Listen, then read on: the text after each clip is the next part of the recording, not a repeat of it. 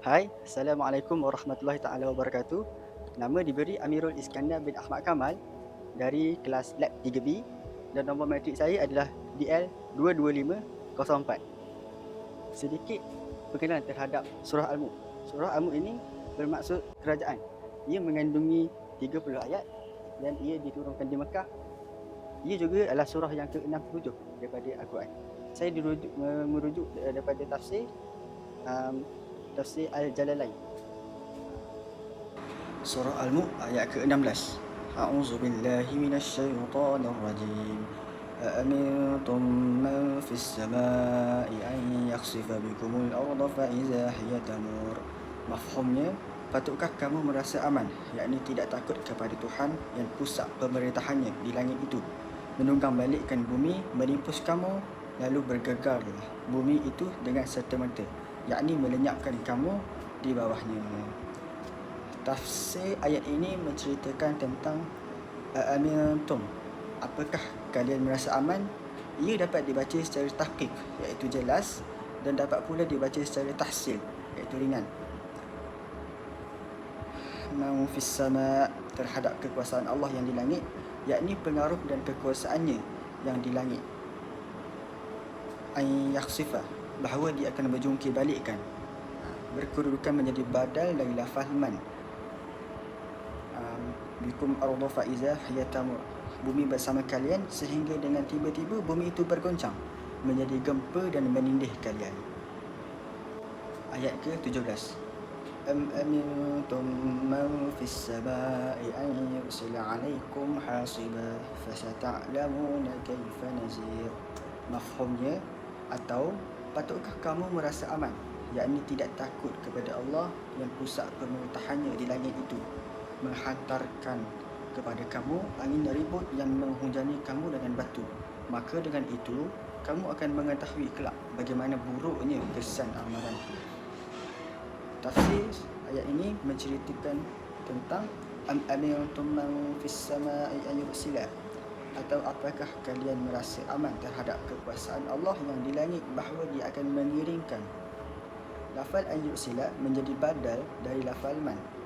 Alaikum hasiba, kepada kalian badai yang berbatu, yakni angin dahsyat yang menghujani kalian dengan batu. Kaifa nazir, maka kelaknya kalian akan mengetahui di saat kalian menyaksikan azabnya. Bagaimana peringatanku, yakni azabku. Ia bermaksud bahawa azab itu adalah benar. Ayat ke-18. Walaqad kazzaba allazina min qablihim fakaifa kana nakir. Mafhumnya, dan demi sesungguhnya orang-orang kafir yang terdahulu daripada mereka telah mendustakan rasul-rasulnya lalu membinasakan. Dengan yang demikian, perhatikanlah bagaimana buruknya kesan kemukaanku. Tafsir ayat ini menceritakan tentang walaqad kazzabal ladzina min qablihim, dan sesungguhnya orang-orang sebelum mereka telah mendustakan, yakni umat-umat sebelum mereka. Fakaifaka dan nakir, maka alangkah hebatnya kemukaanku, yakni keingkaranku terhadap mereka disebabkan kedustaan mereka, iaitu sewaktu mereka dibinasakan bahawasanya pembinasaan itu adalah benar. Jadi amaran daripada ayat 16 hingga 18 adalah Allah mengingatkan kita supaya manusia tidak berasa terlalu selamat daripada azabnya. Allah berkuasa membenamkan manusia ke dalam bumi atau mengirimkan bencana dari langit jika dia menghendaki. Ayat-ayat ini juga mengingatkan bahawa umat terdahulu pernah mendustakan para rasul dan akhirnya menerima azab sebagai pengajaran kepada generasi seterusnya. Oleh itu, manusia hendaklah sentiasa bertakwa dan tidak bersikap sombong terhadap Allah Subhanahu wa taala. Ayat ke-19. Awalam yarau ila at-tayri fahum qahum saffatin wa yaqbid ma yumsikuhunna illa ar-rahman innahu bikulli syai'in basir. Mafhumnya, patutkah mereka menutup mata dan tidak memperhatikan kekuasaan Allah pada burung-burung yang terbang di atas mereka? Siapakah yang menjaganya ketika burung-burung itu mengembang dan menutup sayapnya? Tidak ada yang menahan daripada jatuh melainkan kekuasaan Allah yang Maha Pemurah. Sesungguhnya Ia Maha melihat serta mengetahui apa tiap-tiap sesuatu. Tafsir daripada ayat ini adalah awalam yarau, apakah mereka tidak melihat, yakni tidak memperhatikan, ila tayri fawqahum, burung-burung yang berada di atas mereka, yakni di udara, yang mengembang sayapnya dan menutupnya sesudah dikembangkan. Tidak ada yang menahan mereka agar jatuh ke bumi sewaktu mengembangkan dan menutup sayapnya, selain yang Maha Penyayang, yakni dengan kekuasaannya. Sesungguhnya Dia Maha melihat segala sesuatu. Makna yang dimaksud adalah, apakah mereka tidak menyimpulkan dengan tetapnya burung-burung di udara tentang kekuasaan kami, bahawa kami dapat menimpakan kepada mereka azab yang telah disebutkan di atas tadi dan azab lain. Ayat yang ke-20. Amman hazal ladzi huwa jundul lakum yarzuqukum min dunir rahman inil kafiruna illa fi ghurur. Mafhumnya, bahkan siapa yang menjadi tentera bagi kamu yang akan menolong kamu selain daripada Allah Subhanahu Wa Taala yang Maha Pemurah. Sebenarnya orang-orang yang kafir tidak lain hanyalah berada dalam keadaan terpedaya. Tafsir daripada ayat ini menceritakan bahawa aman atau siapakah, ia kedudukan menjadi mubtada, hazal dia menjadi khabar dari mubtada, allazi yang menjadi badal dari lafaz hazal, huwa jundu menjadi tentera, yakni penolong-penolong, lakum kalian, berkedudukan menjadi silah daripada lafaz al-fasli, yang surukum yang akan menolong kalian menjadi sifat lafaz jundu, min dunir rahman selain daripada Allah yang Maha Penyayang, yang dapat menolak datangnya azab bagi kalian, yakni tiada seseorang pun yang dapat menolong kalian. Inna, tidak lain, tiadalah,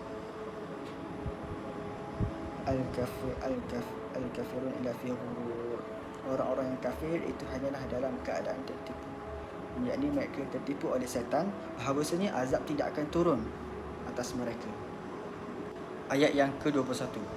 Amman hazal ladzi yarzuqukum in amsaka rizqah bal lajju fi utuwin wa nufur. Atau mafhumnya, atau siapa dia yang dapat memberi rezeki kepada kamu jika Allah menahan rezekinya? Tidak ada sesiapa pun, bahkan mereka yang musyrik itu kekal terus dalam keadaan sombong, angkuh serta melarikan diri dari kebenaran. Tafsir daripada ayat ini adalah amman hazal ladzi yarzuqukum in amsaka, atau siapakah dia yang memberi kalian rezeki jika dia menahan, yakni Allah yang Maha Penyayang menahan rezeki terhadap kalian. Jawab syaratnya tidak disebutkan kerana dapat disimpulkan dari kalimat sebelumnya. Lengkapnya, siapakah yang dapat memberi kalian rezeki? Tentu tiada seorang pun dapat memberikan rezeki kepada kalian selainnya. Tetapi mereka terus-menerus berkelanjutan dalam kesombongan dan menjauhkan diri daripada kebenaran. Ayat yang ke-22. Afaman yamshi muqibban ala wajhihi ahda amman yamshi sawiyan ala siratin mustaqim. Mafhumnya, maka adakah orang yang berjalan melalui jalan yang tidak betul yang menyebabkan dia selalu jatuh tersungkur di atas mukanya, boleh mendapat hidayah, atau orang yang berjalan tegak betul melalui jalan yang lurus rata? Tafsir ayat ini adalah afama yamshi muqibban, maka apakah orang yang berjalan terjungkal, yakni terbalik, ala wajhihi ahda amma yamshi sawiyan, di atas mukanya itu lebih banyak mendapat petunjuk, ataukah orang yang berjalan tegak, yakni secara wajar dengan kakinya, ala sirat, di atas jalan, yakni tuntutan, mustaqim, yang lurus. Khabar dari mubtada yang kedua tidak disebutkan kerana cukup hanya ditunjukkan oleh makna yang terkandung di dalam khabar yang pertama, yakni lebih banyak mendapat petunjuk. Perumpamaan ini menggambarkan tentang keadaan orang yang kafir pada permintaan yang pertama dan orang yang beriman pada perumpamaan yang kedua, yakni di manakah di antara kedua-duanya yang lebih banyak mendapat petunjuk. Ayat yang ke-23. Qul huwallazi ansha'akum wa ja'ala lakumus sam'a wal absara wal afidah qalilan ma tashkurun. Katakanlah wahai Muhammad, Allah yang menciptakan kamu dari tiada kepada ada dan mengadakan bagi kamu pendengaran, penglihatan serta hati untuk kamu bersyukur, tetapi amatlah sedikit kamu bersyukur. Ayat ini menceritakan tentang Qul huwallazi ansha'akum, katakanlah dia yang menjadikan kalian, yakni yang telah menciptakan kalian, wa ja'ala lakumus sama wal absara wal afidah, dan menjadikan kalian pendengaran, penglihatan dan hati atau qalbu. Qalila ma tashkurun, tetapi amatlah sedikit kalian bersyukur. Huruf ma adalah huruf zaidah dan jumlah kalimat ini merupakan jumlah istinaf atau kalimat baru yang memberitakan tentang syukur kepada mereka yang amat sedikit terhadap nikmat-nikmat tersebut. Jadi, pengajaran daripada ayat 19 kepada ayat 23 adalah bukti kekuasaan Allah melalui ciptaannya. Allah mengajak manusia untuk memerhati burung yang terbang di udara. Tiada siapa yang mampu menahannya selain Allah Subhanahu Wa Taala. Kemudian, Allah menegaskan bahawa tiada pelindung dan pemberi rezeki selainnya. Allah juga mengurniakan manusia pendengaran, penglihatan dan hati agar digunakan untuk mengenal kebesarannya. Namun ramai manusia masih tidak bersyukur. Ayat yang ke-24. Qul huwallazi zara'akum fil ardi wa ilayhi tusyarun. Mafhumnya, katakanlah lagi, dialah yang mengembangkan kamu di bumi dan kepadanya lah kamu akan dihimpunkan. Tafsir ayat ini adalah Qul huwallazi zara'akum, katakanlah dialah yang menjadikan kalian mengembang biak. Artinya menciptakan kalian dapat berkembang biak. Fil ardi wa ilayhi tuhsyarun, di muka bumi ini dan hanya kepadanya lah kalian kelak dikumpulkan, yakni untuk menjalani hisab. Ayat yang ke-25 pula, wa yaquluna mata hadzal wa'du in kuntum shadiqin, dan mereka yang ingkar berkata, bilakah datangnya hari kiamat yang dijanjikan itu, jika betul kamu orang yang benar. Ayat ini ditafsirkan sebagai wa yaqulu, dan mereka berkata kepada orang-orang yang beriman, mata hadzal wa'du in, kapankah datangnya janji itu, yakni janji datangnya hari semua makhluk dihimpunkan. In kuntum shadiqin, jika kalian orang-orang yang benar dalam hal ini. Ayat yang ke-26. Qul innamal ilmu indallahi wa innama ana nazirun mubin. Mafhumnya, katakanlah wahai Muhammad, sesungguhnya ilmu pengetahuan tentang masa datangnya hanya ada pada sisi Allah Subhanahu Wa Taala, dan sesungguhnya aku hanyalah seorang rasul pemberi ingatan dan amaran yang terang dan nyata. Tafsir ayat ini adalah Qul innamal ilmu, katakanlah sesungguhnya ilmu tentang kedatangan hari tersebut, indallahi wa innama ana nazirun mubin, hanya pada sisi Allah dan sesungguhnya aku hanyalah seorang pemberi peringatan yang menjelaskan, yakni yang jelas peringatannya. Ayat yang ke-27. Falamma ra'awhu zulfatan si'at wujuhul ladzina kafaru wa qila hadzal ladzi kuntum bihi tad'un. Kemudian apabila datang kiamat dan mereka melihat azab yang dijanjikan itu secara dekat, muramlah muka orang-orang kafir itu, serta dikatakan kepada mereka, inilah dia yang dahulu kamu perak kali minta, disegerakan kedatangannya. Tafsir ayat ini adalah falamma ra'awhu, ketika mereka melihat azab itu, yakni sesudah mereka dihimpunkan, sudah dekat, artinya dekat sekali, menjadi muramlah, menjadi hitamlah kepada mereka, yakni para malaikat menjaga neraka berkata kepada mereka, inilah azab yang dahulu kalian inilah azab yang kalian ini selalu minta.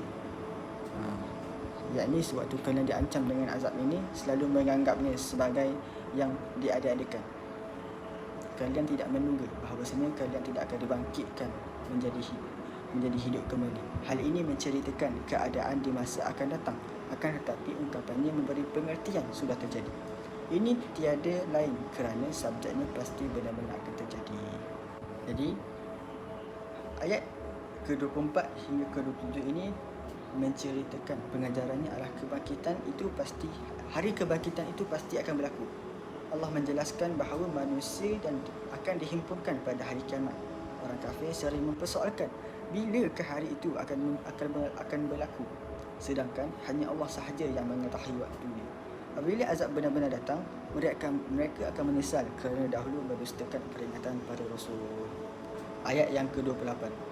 Qul ara'aytum in ahlakani Allah wa man ma'i aw rahimana faman yujirul kafirin min azabin alim. Tanyalah wahai Muhammad kepada mereka, bagaimana fikiran kamu jika Allah membinasakan daku dan orang-orang yang bersama denganku sebagaimana yang kamu harap-harapkan, atau ia memberi rahmat kepada kami sehingga kami dapat mengalahkanmu? Maka siapakah yang melindungi orang-orang yang kafir dari azab seksa yang tidak terperi sakitnya? Tafsir ayat ini adalah Qul ara'aytum in ahlakani Allah wa man ma'iya. Katakanlah, terangkan kepadaku jika Allah mematikan aku dan orang-orang yang bersama dengan aku, yakni orang-orang mukminah, kami binasa kerana azabnya, sebagaimana yang kalian maksudkan. Au Rahman, yang memberi rahmat kepada kami. Maksudnya dia tidak mengazabkan kami. Faman yarkafiruna min azabin alim. Tetapi siapakah yang melindungi orang-orang yang kafir dari siksa yang pedih? Tentu sahaja tiada seseorang pun dapat melindungi mereka dari azabnya. Ayat yang ke-29. Qul huwar rahmanu amanna bihi wa alaihi tawakkalna fasata'lamuna man huwa fi dhalalin mubin.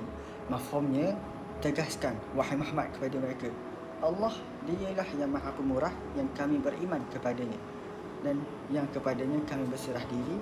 Oleh itu kamu akan mengetahui kelak siapakah yang berada dalam kesesatan yang nyata.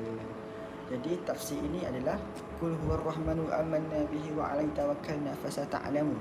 Katakanlah, dialah Allah yang Maha Penyayang, kami beriman kepadanya dan kepadanya lah kami bertawakal. Kelak kalian akan mengetahui. Bila mana mereka menyaksikan azab ini? Lafal fasata'lamun dapat dibaca secara fasaya'lamuna. Artinya kelak mereka akan mengetahui di saat mereka menyaksikan azab. Man huwa fi dhalalin mubin. Siapakah yang berada dalam kesesatan yang nyata, kami ataupun mereka? Jadi kita telah sampai ayat terakhir, iaitu ayat ke-30. Qul ara'aytum in asbaha ma'ukum ghawran faman ya'tikum bima'in ma'in. Mafhumnya, katakanlah lagi, bagaimana fikiran kamu sekiranya air kamu hilang lenyap, yakni di dalam bumi, maka siapakah selain Allah yang dapat mendatangkan kepada kamu air yang sentiasa terpancar? Tafsir daripada ayat ini adalah Qul ara'aytum in asbaha ma'ukum ghawran. Katakanlah, terangkan kepadaku jika sumber air kalian menjadi kering, yakni airnya masuk jauh ke dalam bumi. Faman ya'tikum bima'in ma'in. Maka siapakah yang akan mendatangkan air yang mengalir ke bagi kalian, sehingga air itu menjadi sumber yang boleh dicapai oleh tangan ataupun rimba-rimba, sebagaimana air yang kalian miliki sekarang. Tiada seseorang pun dapat mendatangkan selain Allah Subhanahu Wa Taala. Jadi pengajaran ayat daripada ayat 28 kepada 30 adalah kebergantungan manusia kepada Allah. Allah memerintahkan Nabi Muhammad SAW menjelaskan bahawa sama ada baginda ataupun orang beriman hidup atau mati, orang kafir tidak akan terlepas daripada azab jika mereka terus ingkar. Allah turut mengingatkan bahawa jika sumber air di bumi hilang, tiada siapa yang mampu mengembalikan selain Allah. Ini menunjukkan manusia bergantung sepenuh-penuhnya kepada rahmat dan kekuasaan Allah. Jadi kesimpulan keseluruhan ayat 16 ke 30 adalah ayat-ayat ini menegaskan bahawa Allah Maha berkuasa mengurus seluruh alam dan mampu menurunkan azab kepada sesiapa yang ingkar. Pada masa yang sama, Allah menunjukkan pelbagai kekuasaannya melalui alam, rezeki, nikmat yang dikurniakan kepada manusia. Oleh itu, setiap manusia hendaklah beriman, bersyukur dan mengambil iktibar daripada sejarah umat terdahulu. Mempercayai hari kiamat serta sentiasa bergantung kepada Allah dalam setiap aspek kehidupan. Itu saja video daripada saya. Yang buruk itu datang daripada saya, yang baik itu datang daripada Allah. Tapi hakikatnya kedua-dua datang daripada Allah Subhanahu Wa Taala. Wabillahi taufiq wa hidayah. Assalamualaikum warahmatullahi taala wabarakatuh.